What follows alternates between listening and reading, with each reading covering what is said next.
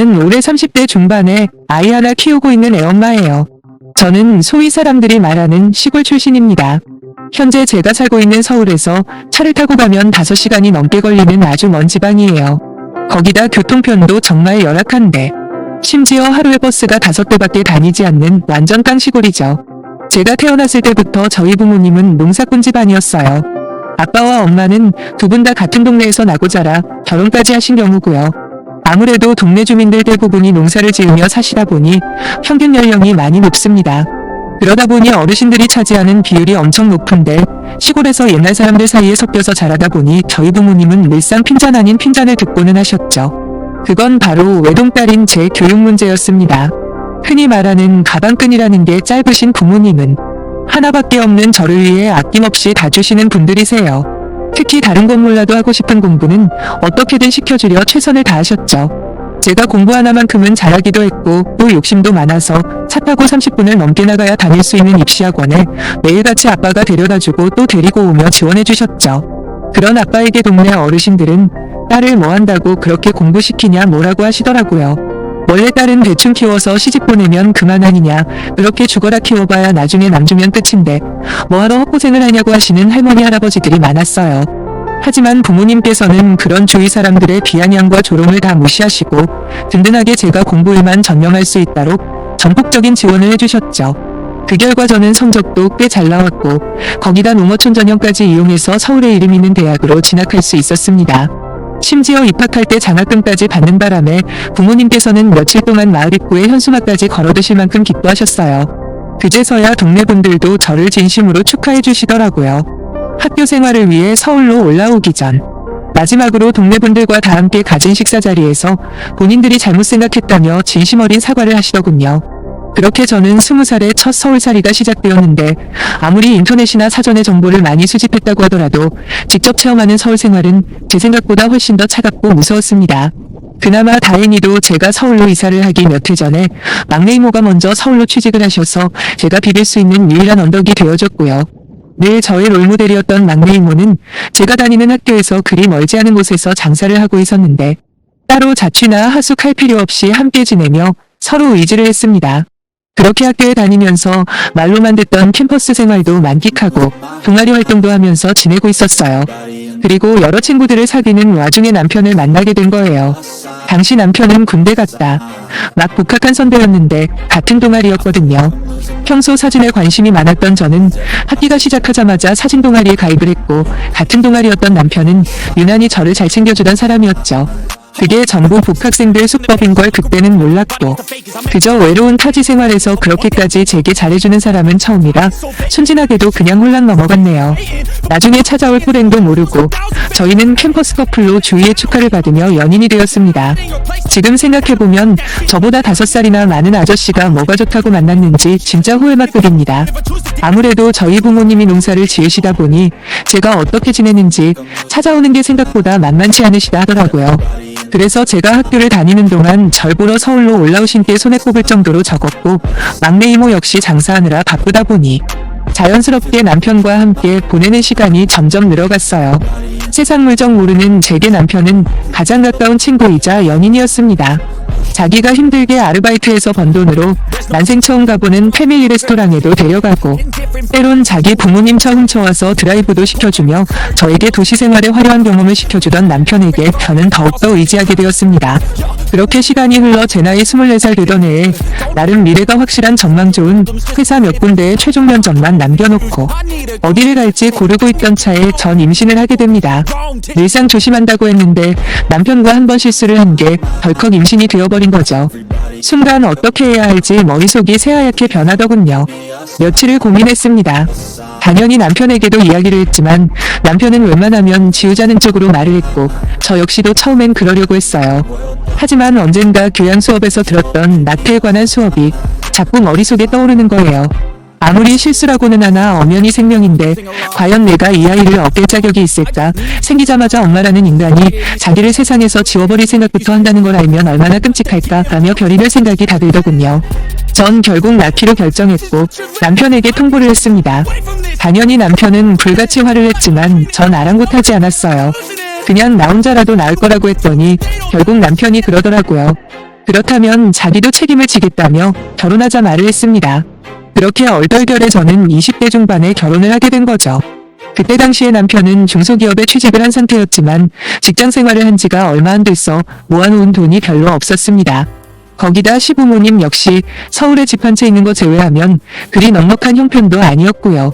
하지만 이왕 이렇게 된 거 어떡하겠냐며 그래도 배 나오기 전에 빨리빨리 진행하자고 의견을 맞춰서 급하게 상견례 날짜를 잡게 되었어요. 남편은 그래도 결혼한다는 사실에 싱글벙글이었는데 문제는 시어머니였습니다. 예상치 못한 이 상황이 꽤나 달갑지 않았나 보더라고요. 저희 부모님은 어차피 일은 벌어진 거 좋게 좋게 진행하자는 마음으로 시어머니에게 선택권을 다 드렸어요. 따로 원하시는 조건이 있으면 말씀해달라며 최대한 맞춰보겠다고요. 근데 저도 그렇고 저희 부모님도 그렇고 사투리 억양이 좀 센 편이거든요. 물론 굳이 숨기려고 하지도 않았고요. 물론 서울 사람 만난다고 어색하고 이상한 서울말을 시도해볼 수도 있겠지만 과정이야 어찌되었던 간에 이제 가족이라 생각하셔서 편하게 말씀하셨을 뿐인데 시어머니는 그걸 아주 촌스럽고 천박하다고 생각하셨더라고요. 물론 대놓고 표시는 안 냈지만 아무래도 제 쪽에서 고집을 부려서 하게 된 결혼이다 보니 딸 시집 보내는 입장에서 최대한 책 잡히지 말라고 웬만한 건 접고 들어가는 부모님의 모습에 보는 제가 다 속상했어요. 대충 다른 건 정리가 된 상태에서 드디어 신혼집 이야기가 나왔습니다. 저희 부모님은 그래도 최대한 보태겠다는 뜻을 보였지만 남편도 돈이 없었고 결정적으로 시어머니가 보태줄 마음이 없었어요. 그러면서 하는 말이 나가서 살면 전부 돈 들어갈 투성인데 괜히 여건도 안 되는 애들 내보내봐야 자기 아들만 고생할 거 아니냐. 그러니 한 1년 정도는 자기가 데리고 있으면서 가르칠 거 가르치고 내보내겠다고 하셨죠. 그리고 저한테는 시골 출신인 거 자랑할 일 있냐고 당장 사투리부터 고치라고 하시더라고요.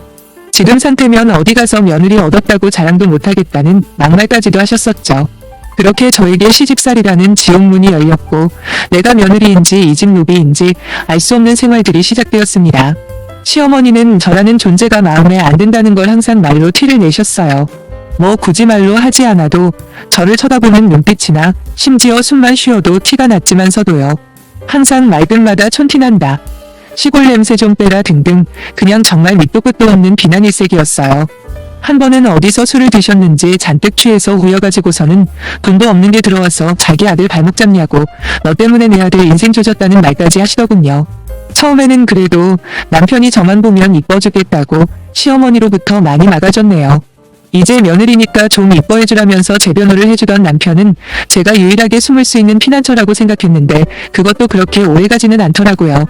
시간이 지날수록 시어머니와 저 사이에서 발을 빼기 시작하더니 나중에 시어머니와의 일을 말하며 도움을 요청했지만 점점 대놓고 귀찮아하는 겁니다. 하지만 어쩌겠어요. 곧 아이가 나올 때라 꾹 참고 사는 게 정답이라고 생각하고 버텼죠. 그렇게 출산 직전까지 제가 깨달은 건 이 집구석은 절대로 아이 키울 곳이 못 된다는 것이었어요.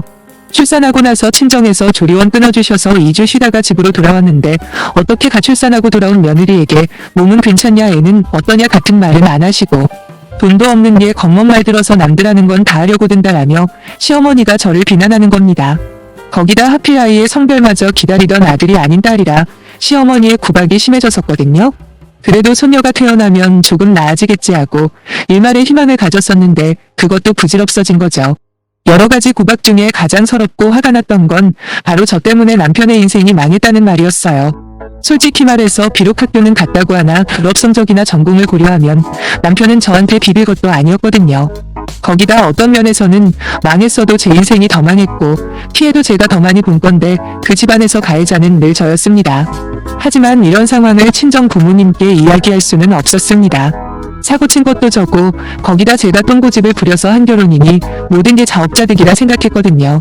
아무리 바쁘신 부모님이라도 멀리 서울까지 시집 보낸 딸이 왜 안 궁금하겠어요. 한 번은 우리 아이 태어나고 얼굴 보러 오신 적이 있는데 남편이랑 시어머니가 은근히 싫은 티를 내는 거예요. 어느 정도 눈치를 채신 부모님은 그날 예정보다 일찍 내려가시려고 하더군요. 그 모습을 보는데 마음이 너무 아팠습니다. 그 후로 조금이라도 못난 딸 구박 덜 받으라고 시골에서 농사 지은 거 바리바리 보내주세요. 막상 먹을 때는 잘만 처먹으면서 가끔씩 남편과 말다툼을 할 때면 왜 자기는 친정복이 이렇게 없냐고 뭐 하나 혜택 본 게 없다며 불평을 늘어놓는데 정말로 어이가 없어서 말도 안 나오더라고요. 남편은 버는 족족 시어머니에게 가져다 줬고 저희는 거기서 생활비와 용돈을 받아 쓰고 있던 터라 남편이 정확하게 얼마나 버는지도 몰랐습니다. 그러나 툭하면 자기 아들이 뼈 빠지게 벌어오는 돈 아껴 써야 한다 하시길래 어느 정도 버는 줄 알았어요. 그런데 나중에 이혼할 때 확인해보니 정말 최저임금 수준이더군요. 제가 이혼을 결심한 건 어찌 보면 갑작스러운 일은 아니었어요. 살면서 한 번, 두 번, 말도 안 되는 일을 겪을 때마다 조금씩 불만이 쌓여왔거든요. 사실 우리 애만 없었다면 진즉에 이혼 선언을 했을 겁니다. 그나마 아이가 너무 어려서 참고 살았는데 정말 예상치도 못한 일이 일어난 거죠. 수십 년을 농사지어온 보잘것없던 부모님 땅이 있었어요. 근데 이번에 근처 개발지역 선정할 때 정말 예상치 못하게 부모님 땅이 같이 묶였다고 하는 거예요. 덕분에 정부에서 말도 안 되는 금액을 보상해줬는데 30억이 넘는다고 하더라고요. 더 이상 이 집 구석에 있을 이유가 없어진 거죠. 요즘 같은 세상에 애가 아무리 어려도 돈만 있으면 충분히 키울 수 있는 거 아닙니까? 근데 웃긴 건 이 사실을 알게 되자 시어머니와 남편의 태도가 완전히 돌변하는 겁니다. 제 눈치라고는 전혀 안 보던 두 인간들이 저희 부모님 돈의 눈치를 보게 된 거죠. 하루는 시어머니가 밥상을 차려놓고 저보고 먹으라고 깨우시는데 너무 놀란 가슴에 기절할 뻔했습니다. 심지어 독이라도 들어있을 것 같은 공포까지 느꼈다니까요. 거기다 남편은 퇴근길에 제가 좋아하는 치킨도 사오고 생전 안 하던 집안 살림도 나서서 도와주더라고요. 진짜 돈이 무섭긴 무섭구나 라는 걸 제대로 느꼈습니다. 그리고 남편은 곧 본색을 드러냈죠. 여기 우리가 들어올 때 꼭 돈 벌어서 독립하자고 한 거 기억나냐며. 이제는 그럴 때가 된 것 같다고 하는데 억지로 미소 짓고 있는 남편의 얼굴을 보니 속이 메스꺼워지더라고요. 거기다 남편의 꼼수는 그뿐만이 아니었습니다. 자기가 잘 아는 자산관리사가 있다며 돈은 돈이 벌게 해야 한다는 개소리를 시전하는 거예요. 그러면서 저희 친정 부모님 돈에 대한 탐욕을 노골적으로 드러내는데 정말이지 기도 안 찼네요. 대꾸 할 말도 생각이 안 나서 무시하고 이혼할 기회만 보고 있었는데 매일같이 그놈의 자산관리 운운하면서 저한테 온갖 아양을 떠는 남편을 보면서 확실하게 결심이 서더라고요. 돈 때문에 설설기는 남편과 시어머니는 그전 같았으면 할 말 안 할 말 다 하면서 저를 몰아붙일 상황에서도 그저 제 눈치만 보는 겁니다. 전 친정에 다녀오겠다고 말을 했고 남편이 자산관리 문제로 부모님께 돈 이야기를 하러 가는 거냐 하길래 긍정도 부정도 하지 않았죠.